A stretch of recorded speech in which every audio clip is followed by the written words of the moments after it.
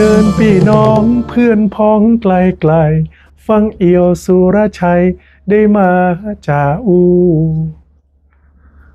สวัสดีครับสวัสดีแล้วก็ต้อนรับท่านผู้ชมและท่านผู้ฟังนะครับมาติดตามรายการสปะเรื่องเมืองเหนือกับไอเอี่ยวสุรชัยนะครับเป็นประจำเนอร์กู้วันเสาร์แล้วก็วันอาทิตย์ครับเวลาบ่าย3 โมงจนถึงบ่าย3 โมงเกิงแล้วก็ยามค่ำคืนก่อนจะรับก่อนจะนอนกับพ่อกอยกันได้เนาะ4 ทุ่มเกิงจนถึง5 ทุ่มโดยประมาณนะครับต่างช่อง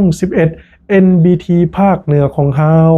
อูจ๋าภาษากับเมืองนำเสนอเรื่องราวสปะเรื่องของคนเมืองให้ได้พอได้ก่อยกันต่างหน้าจอโทรทัศน์นะครับเนาะแต่ช่วงนี้เฮาก็ใส่เสื้อผ้าชุดดำนะครับเป็นการไว้ทุกข์แสดงความอาลัยต่อการเสด็จสวรรคตของสมเด็จพระนางเจ้าสิริกิติ์พระบรมราชินีนาถพระบรมราชชนนีพันปีหลวงนะครับแม้ว่าหมู่เฮาชาวไทยจะเศร้าโศกเสียอกเสียใจแต่ที่แม่แห่งแผ่นดิน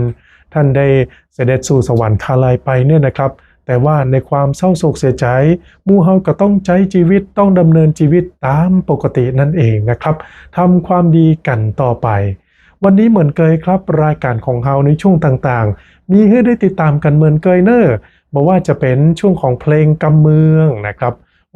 วันนี้เอาเพลงของ SL Music เนอะมันเอาเพลงที่ไอ้แก้วหลอดฟ้าเคยฮ้องไว้ชื่อเพลงว่าซาวคุดปูมาฮ้องใหม่ทำดนตรีใหม่ม่วนไปแหมแบบนะสไตล์แบบเอี่ยวชอบขนาดเดี๋ยวจะมาให้ฟังให้พอกันนะครับเนอะส่วนช่วงของใครอูใครเล่าให้กับหมู่เฮาฟังเนี่ยก็จะมีหลากหลายเรื่องราวนะครับบอกว่าจะเป็นตั้งพี่น้องแม่ฮ่องสอนนะเปิ้นปากันเข้าไปกรุงเทพหรือว่าบางกอกนะครับไปกราบถวายบังคมพระบรมศพสมเด็จพระนางเจ้าสิริกิติ์พระบรมราชินีนาถ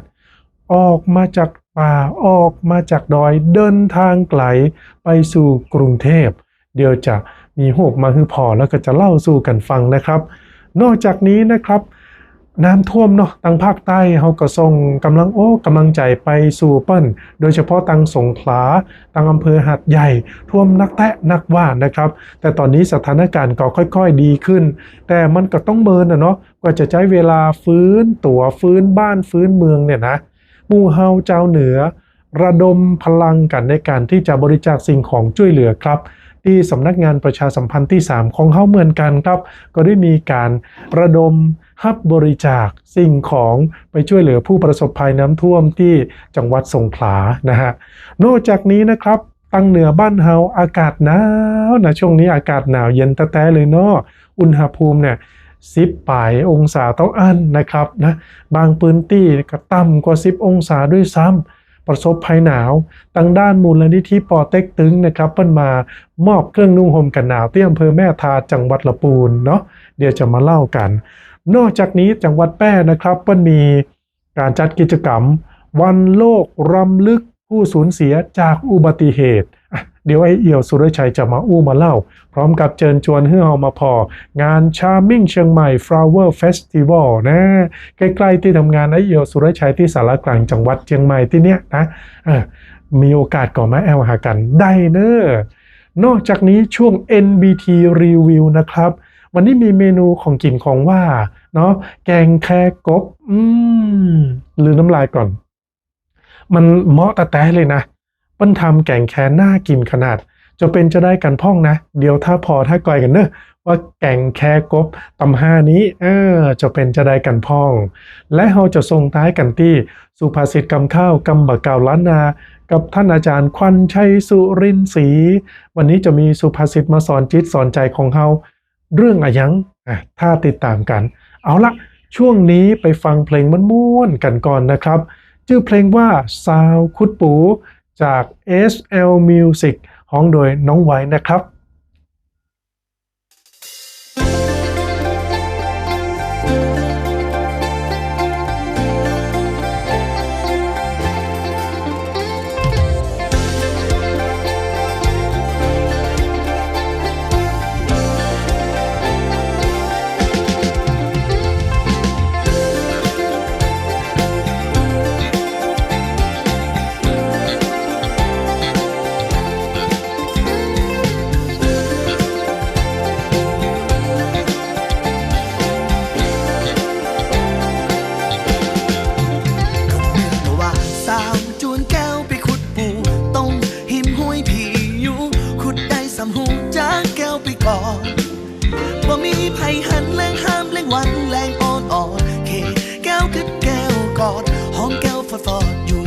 นา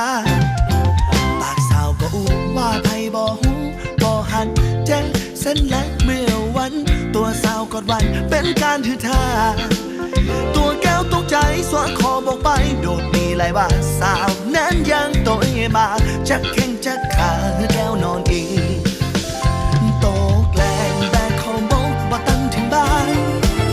ตัวโตกำนั้นห้องมาแก้วนั้นบานี่ก่อนคิงมีคนหูหันว่าแก้วมันเต็กเม็กแม่ยิงสอบสวนเอาความจริงพันล้อแม่ยิงเป็นมานั่งให้ต่อปอกำนั้นว่าแก้วนั้นบอกเคยคิดจุถึงเมาเพิ่มเมาลูแต่เป็นกำอูนั้นเชื่อถือได้สาวมันมาวันล้นมีบ่ตันหือเนี่ยจะได้เอาเขาบอกเกาะไว้วันแก้วลำไปแก้วเลยลืมคิง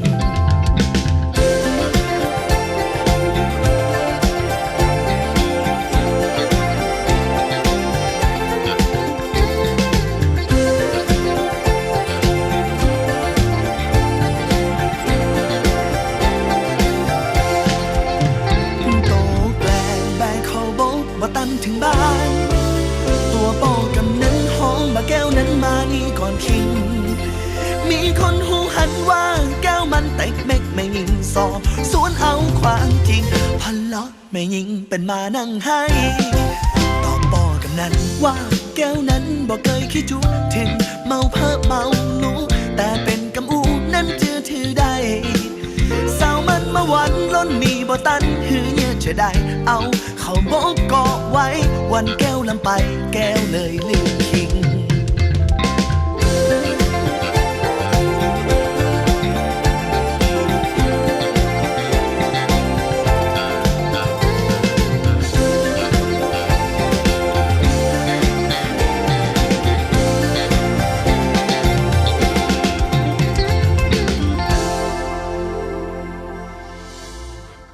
โอ้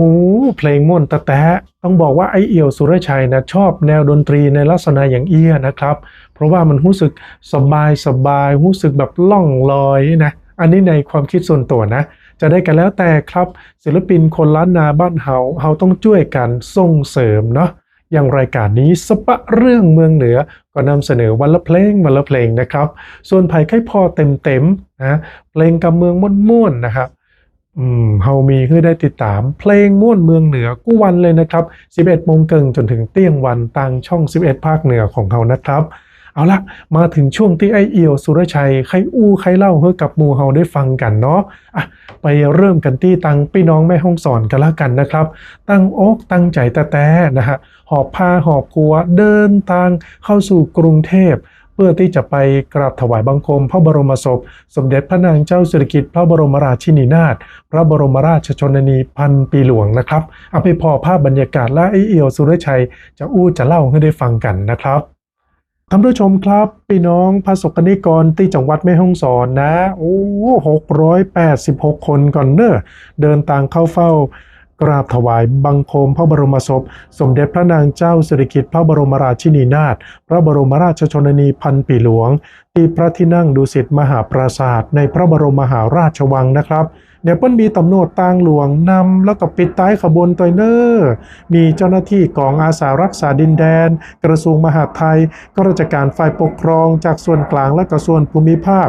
รวมถึงอาสาสมัครสาธารณสุขประจำหมู่บ้านกับว่าอสมเนี่ยเนาะเปิ้ลก็ได้อำนวยความสะดวกอย่างเป็นระบบเลยครับตั้งแต่การต้อนรับการนำพี่น้องประชาชนกราบถวายบังคมพระบรมศพไปจนถึงการส่งขึ้นรถเดินทางปิกแม่ฮ่องสอนโดยเนี่ยพี่น้องประชาชนชาวแม่ฮ่องสอนเนี่ยก็ตั้งรู้สึกสำนึกในพระมหากรุณาธิคุณและซาบซึ้งตัวเนาะที่ได้เดินทางมาในโอกาสนี้มากราบถวายบังคมพระบรมศพครับเพื่อที่จะถือว่าเป็นการนั้นส่งเสด็จเฮาก็ไปจะได้ไปโดยเนาะก็เป็นการมาแสดงความรำลึกในพระมหากรุณาธิคุณเนี่ยนะครับคือพระองค์เสด็จสู่สวรรคาลัยนะครับเนอะโดยจังหวัดแม่ฮ่องสอนเนี่ยเพื่อกำหนดจัดการนำประชาชนส่วนราชการเดินทางเข้าเฝ้ากราบถวายบังคมพระบรมศพครั้งต่อไปในวันที่16 ธันวาคม 2568 นี้ เพื่อถัดไปแหมวันที่4มกราคม2569แล้วก็วันที่23มกราคม2569นะครับเนอท่านที่อยากจะไปร่วมนะครับเดินทางไปเนี่ยเปิ้นก็จะมีการอำนวยความสะดวกจ้าดดีนะครับใส่เสื้อผ้าชุดดำแต่งกายเรียบร้อยนะฮะที่เบื้องต้นก็ต้องไปแจ้งกับอำเภอของท่านนะครับว่าจะขอสมัครไปร่วมในโครงการตัวได้ก่อนะครับไปร่วมกราบพระบรมศพตัวได้ก่ออีนะลองแจ้งลองสอบถามกันดูเนาะเพื่อจะได้มีโอกาสไปกราบพระบรมศพนะครับท่านผู้ชมครับอย่างที่เฮาฮู้กันอยู่เนาะว่าช่วงนี้อำเภอหาดใหญ่จังหวัดสงขลารวมถึงจังหวัดต่างๆในพื้นที่ภาคใต้เนี่ยนะเปิ้นเจอกับห้องฝนตกหนักขนาดน้ำท่วมโอ้ยเป็น2-3 เมตร4 เมตรก็มีก้าบางพื้นที่เนี่ยนะหมู่เฮาเจ้าเหนือเนี่ยก็ไปชุดกู้ภัยไปช่วยเปิ้นอยู่นะครับนะแล้วก็นอกจากนี้ยังหมู่เฮาเขาเนี่ยเนาะเฮาบ่ได้ไปช่วยตังปูนเฮาก็สามารถร่วมบริจาคกันได้ที่ผ่านมาสำนักงานประชาสัมพันธ์ที่3เชียงใหม่เปิ้นมีการฮับของนะสิ่งของช่วยเหลือผู้ประสบภัยเนี่ยนะเอาไปส่งให้กับพี่น้องผู้ประสบภัยทางภาคใต้นะครับมาพร้อมกันจัดนักจัดหลายเลยนะครับเปิ้นก็ช่วยกันแยกสิ่งของแล้วก็ส่งมอบต่อไปยังพื้นที่ภาคใต้นะครับ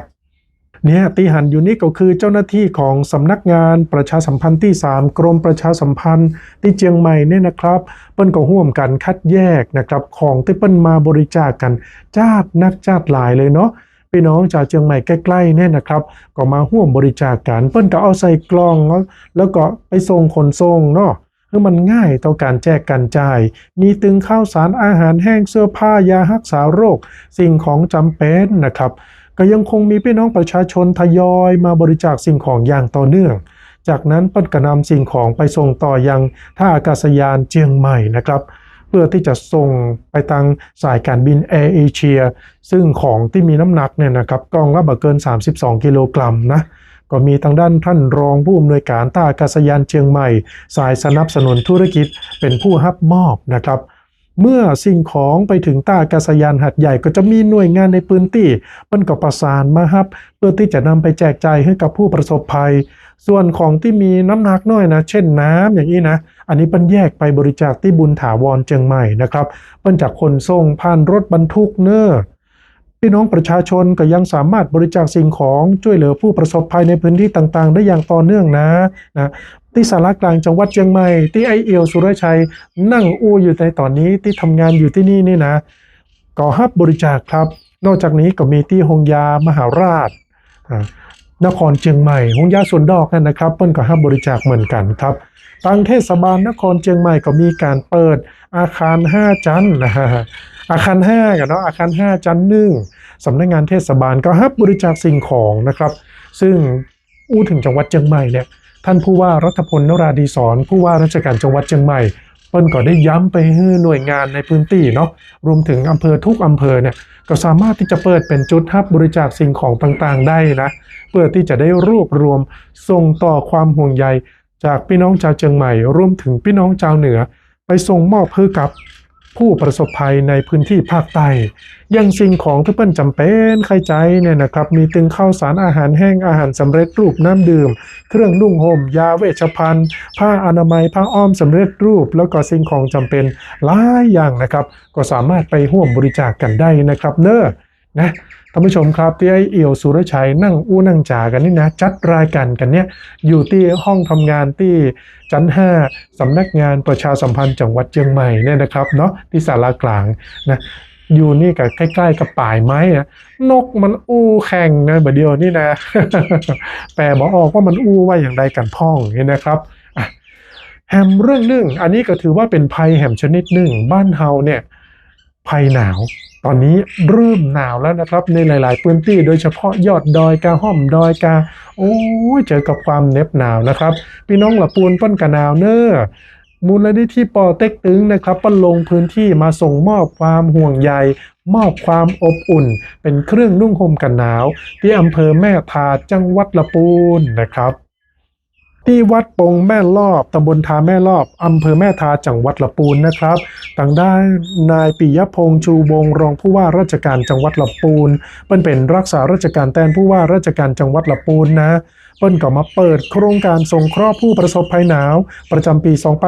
2568 นะครับนะมีตังเหล่ากาชาตินะมีมูลนิธิป่อเต็กตึง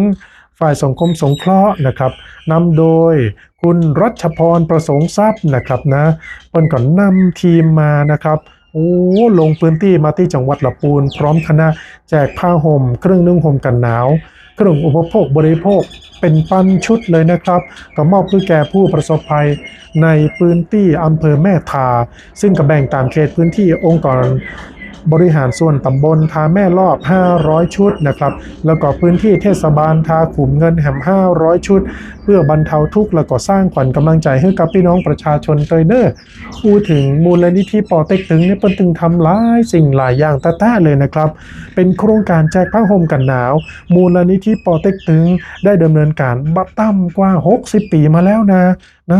โดยการนำผ้าห่มกันหนาวเครื่องอุปโภคบริโภคมาแจกจ่ายแก่พี่น้องประชาชนที่ประสบกับปัญหาสภาพอากาศที่หนาวเย็นอย่างภาคเหนือบ้านเฮานะตอนนี้เนี่ยก็จัดหนาวเลยนะในหลายๆพื้นที่ขนาดอยู่ใกล้เวียงนี่เขายังหนาวเลยเนาะคนที่อยู่รอบนอกเนี่ยก็น่าจะหนาวเป็นพิเศษนะครับและก็ถือเป็นความร่วมมือจากมูลนิธิสมาคมจีนประจำจังหวัดต่างๆโดยที่ช่วยดำเนินการประสานดำเนินการภาครัฐเนาะหน่วยงานภาครัฐคัดเลือกพื้นที่ว่าควรจะไปมอบที่ไหนไปแจกที่ไหนนะครับเปิ้ลก็จะได้มาส่งมอบในแห่งหลายพื้นที่สำหรับภาคเหนือบ้านเฮานะครับไปกันที่จังหวัดแพร่กันพ้องนะครับถึงความสูญเสียตั้งอุบัติเหตุการใช้รถใช้ถนนนี่นะหมู่เฮากระตึงบ่อยากจะประสบบ่อยากพบเจอเนาะมันเสี่ยงกับเสี่ยงมันเสียกับเสียนะครับเสี่ยงสตุ้งสตางค์กาเสียแข่งเสียขาเจอกับอุบัติเหตุกาหรือนักเนี่ยเสียแผ่วชีวิตปุ้นนะครับเนี่ยเปิ้ลก็เลยมีการจัดกิจกรรมรำลึกถึงผู้สูญเสียเนื่องในวันโลกรำลึกถึงผู้สูญเสียจากอุบัติเหตุทางท้องถนนนะครับทางด้านนายสมชัยเลิศประสิทธิพันธ์ผู้ว่าราชการจังหวัดแพร่นำหัวหน้าส่วนราชการและก็เจ้าหน้าที่จากหน่วยงานต่างๆครับร่วมกิจกรรมรำลึกถึงผู้สูญเสียจากอุบัติเหตุเนื่องในวันรำลึกถึงผู้สูญเสียจากอุบัติเหตุทางถนนนะครับเพื่อแสดงความอาลัยต่อผู้ที่บาดเจ็บแล้วก็เสียชีวิตพร้อมสร้างความตระหนักถึงความสำคัญของการป้องกันและก็ลดความสูญเสียจากอุบัติเหตุทางถนนตลอดจนเป็นการกระตุ้นทุกภาคส่วนนะครับเพื่อที่จะช่วยกันครับช่วยกันสร้างความปลอดภัยในการใช้รถใช้ถนนอย่างจริงจังนะครับโดยผู้ว่าราชการจังหวัดแพร่แล้วก็ผู้ที่เข้าร่วมกิจกรรมเนี่ยเพื่อนได้ร่วมยืนไว้อาลัยแล้วก็วางดอกไม้เพื่อรำลึกถึงผู้ที่สูญเสียจากอุบัติเหตุทางถนนแสดงถึงความสำนึกในคุณค่าของชีวิตนะครับเนาะคนเฮากว่าจะเติบกว่าจะใหญ่มาเนี่ยนะบ่ใช่เรื่องง่ายๆนะพ่อแม่เสี่ยงสตุ้งสตังประใดเนาะกว่าจะเลี้ยงคนขึ้นมาใหญ่ได้นะครับแล้วเกิดว่าสูญเสียในลักษณะอย่างอี้นี่นะมันตึงแบบเปิงมันตึงแบบดีแต่นะครับนะอันนี้ก็เป็นเรื่องสปะเรื่องที่ไอเอียวสุรชัยมามาเล่าคือกับหมู่เฮาได้ฟังกันนะครับแฮมเรื่องนึงขอประชาสัมพันธ์สั้นๆกันแล้วกันเนอะเผื่อว่าไผ่มีโอกาสมา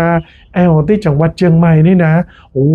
ขอเชิญมาแต่ชาร์มิ่งเชียงใหม่ Flower Festival นะครับเนี่ยหลังนี่บัดได้หลังที่ทำงานไอเอียวสุรชัยตัดนี่เนี่ยนะปัญหาว่าส่วนเฉลิมพระเกียรติ82 พรรษาอบจ.เชียงใหม่นะครับเปิ้ลมีการจัดงานนี้ขึ้นมายิ่งใหญ่แต่เอาภาพประกอบหน่อยจะได้เห็นว่ามันจะสวยงามขนาดไหนนะครับนะเชิญชวนเนอร์ท่านผู้ชมครับเปิ้ลเปิดกันไปแล้วตั้งแต่วันที่28 พฤศจิกายนที่ผ่านมานะครับมาได้ตึงมัดเจ้าโพสต์มาค่ำเมื่อคืนเลย8 โมงจนถึงกว่า5 ทุ่มพุ่นนะแต่ละวันนะครัวก้าครัวขายนักขนาดตื่นตาตื่นใจกับแสงสีเสียงสปะแสงกระแตความงดงามการแสดงมีพลุนะฮะแล้วก็มีแผ่วน้ำพุนะน้ำพุดนตรีนะน่าสนใจตาแต้เลยเนอะถ้าใครมีโอกาสมาเลยเนอะมาที่จังหวัดเชียงใหม่นะครับถ้ามีเวลากับแวะมา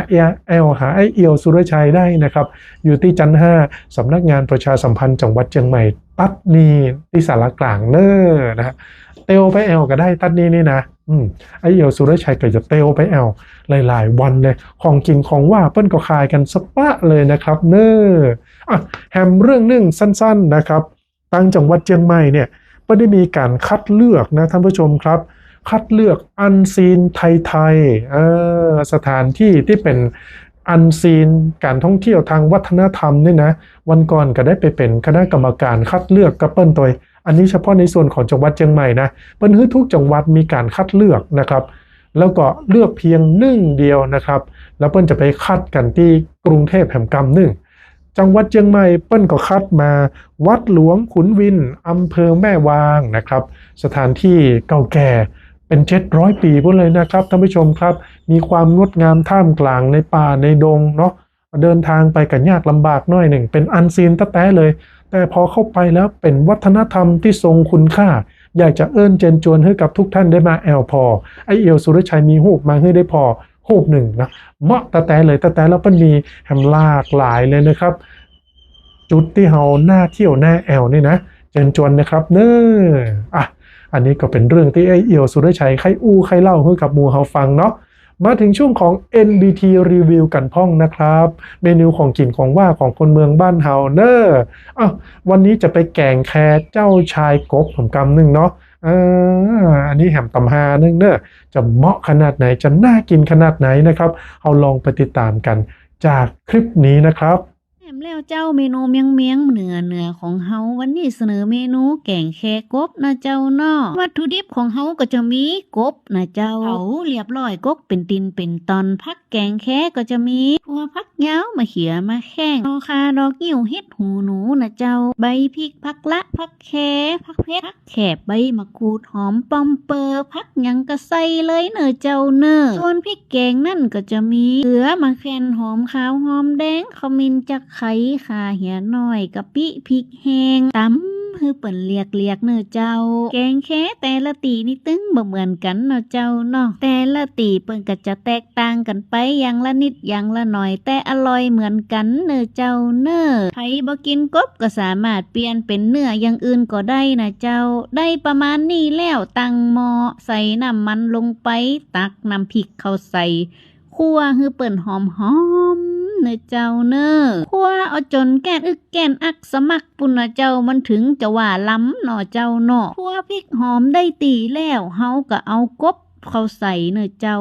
พัดคั่วเจ้าตัวพริกหั่นแหมน้อยหนึ่งเนอเจ้าเนอคั่วไปคั่วมาได้แหมสักน้อยเฮาก็จะใส่น้ำล้างโคกลงไปนะเจ้านี่ก็เป็นเคล็ดลับความอร่อยของคนเหนือคนเมืองเฮานะเจ้าเนาะหม้อปุตะหล่อนเฮาก็เอาผักที่มันสุกหยากๆนั่นลงเหี่ยก่อนนะเจ้าเช่นมะเขือมะแข้งอย่างอีนะเจ้าดอกงิ้วอีนะเจ้าที่มันสุกหยากๆเฮาเอาลงก่อนเลยเนอเจ้าเนอใส่ข่าอ่อนเหี่ยน้อยก็จะเหมาะนะเจ้าใบมะขูดอุ้ยเหี่ยน้อยเนอเจ้าเนอส่วนสูตรนี่ใส่จะข่านด้วยนะเจ้ามันจะเผ็ดมันจะเดาลิ้นเหมาะเนอเจ้าเนอปรุงรสชาติด้วยผงนัวและกะเกลือเต้าอีละเจ้าจิ้มรสชาติให้เรียบร้อยแล้วเฮาก็ใส่ผักลงไปเนอเจ้าเนอใส่ผักลงไปแล้วกลเปิ่นเหี่ยน้อยเนอเจ้าเอาตั้งหลุมขึ้นตั้งบนเอาตั้งบนลงตั้งหลุมเนอเจ้าเนอคือผักเปิ่นสุกสลดสไลด์แล้วก็จิ้มรสชาติแหมกำเนอเจ้าจางอันใดใส่อันนั่นเนอเจ้าเนอถ้าว่าคนใดกินเผ็ดนี่ก็สามารถเอาพริกเม็ดเป็นเม็ดอุยเข้าไปตัวก็ได้เนอเจ้าแค่นี้ก็เป็นอันเรียบร้อยเจ้าล้างไม้ล้างมือเตรียมตัวกินข้าวเนอเจ้าเนอเมนูนี่กินข้าวล้ำแหมแล้วเจ้าแกงแค่กบขาอุยใหญ่ๆเนอเจ้าเนอกินกับจะขาดมันตึงเหมาะแต่เนี่ยเจ้าเมนูนี่ถ้าเข้าบ่หมดไหตึงบ่ลุกเนอเจ้าเมนูต่อไปจะเป็นอะไรอย่างโปรดติดตามเนอเจ้าเนอยินดีจัดนักนะครับกับคลิปของคุณอ้อมชมัยนะครับแกงแค่กบเนาะเหมาะแต่ ครั้งต่อไปจะเอาเมนูคนเมืองเมนูอะไรอย่างมานำเสนอท่าพอท่าก่อยในรายการสปะเรื่องเมืองเหนือกับไอเอียวสุรชัยเนอเอาละตอนนี้เราจะมาส่งท้ายกันที่สุภาษิตกำข้าวกำบะเกาล้านนากับท่านอาจารย์ควันชัยสุรินทร์ศรีนะครับวันนี้จะมีสำนวนอะยังมาสอนจิตสอนใจหมู่เฮาไปพอไปก้อยกันครับ สุภาษิตกำข้าวกำบะเก่าล้านนา ภูมิพญาคนเมือง วันนี้เสนอกำว่าบอกให้จ่ายเงินนักเพื่อปลูกพักไว้กินให้เป็นหนี้เป็นสินเพื่อเอาตึงแปะตึงยืมปอเปียงเปียงปอนอแม่นตัดมัธยัดตึงดีหนาหนำจ้างกินจ้างใจยึดไว้จือจำเข้าของเงินคำทำตามแบบเบาปู่ย่าตายายแปลงลายไว้เจ้าลองยึดแบบเอาแม่นตัดจ้างมันเก็บหอมมัธยัดประหยัดไว้ฮือย่นยินปลูกผักปลูกไม้เก็บไซไว้กินสืบแผ่นดินป้ออุ้ยแม่เท่าพ่องเมาฟุ่มเฟยละเลยแบบเบาแปะยืมเปิ้นเอามาใจติบหายวายทุนเมื่อลูนปุ่นตายเข้าของหมองไม่โรยรินมัวดำก่ำกี้เป็นหนี้เป็นสินขายแผ่วแผ่นดินป้ออุ้ยแม่เท่าอย่าจ่ายเงินนักปลูกพักไว้กินอุ้ยหม่อนสอนยินหนี้สินบ่อเข้า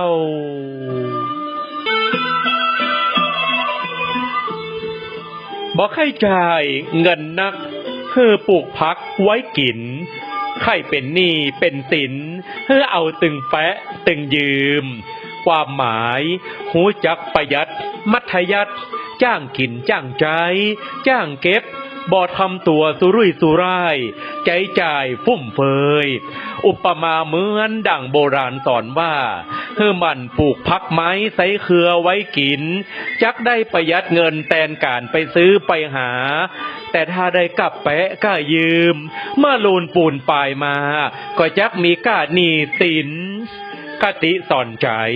ปอเปียงปอประหยัดมัธยัดจ้างกินจ้างใจจักปาให้ครอบครัวอยู่รอดและมีความสุขสุภาษิตกำข้าวกำบะเก่าล้านนาภูมิพญาคนเมืองนำเสนอโดยสมาพันธ์กวีวรรณกรรมล้านนาภาคเหนือยินดีจัดนักนะครับท่านอาจารย์ขวัญชัยสุรินทร์ศรีนะครับที่มีสุภาษิตกำข้าวสอนจิตสอนใจหมู่เฮาปลายบปอกับแปลเป็นกำเมืองมาให้เฮาได้เข้าใจง่ายๆกันนะครับจัดดีแต่เลยเนาะวันนี้กันที่เปิ้นบอกนะบอกค่อยใจนักคือปลูกพักไว้กินเนาะเอามันตึงแต่นะถ้าเฮาซื้อของเปิ้นไปเหี่ยหมดเนี่ยนะมันกดเสี่ยงกับเสี่ยงแต่ซ้อสตางค์มาแบบใจง่ายๆเนาะซ้อมาได้ก็ต้องจ่ายไปซ้อมาได้ก็ต้องจ่ายไปนะครับ อันนี้ก็เป็นช่วงของรายการสปะเรื่องเมืองเหนือกับไอเอียวสุรชัยเนาะพอกอยกันได้กู้วันเสาร์และวันอาทิตย์นะครับบ่าย3 โมงจนถึงบ่าย3 โมงเกิง4 ทุ่มเกิงจนถึง5 ทุ่มต่างช่อง11 NBT ภาคเหนือพอกอยกันได้ตั้งแต่จังหวัดลพบุรีโพดแผ่จังหวัดเชียงรายนะครับวันนี้เวลาหมดเวลาเสี่ยงเห็นแล้วนะครับเนอะแล้วก็ปากันใหม่เนาะยินดีจัดนักสวัสดีครับ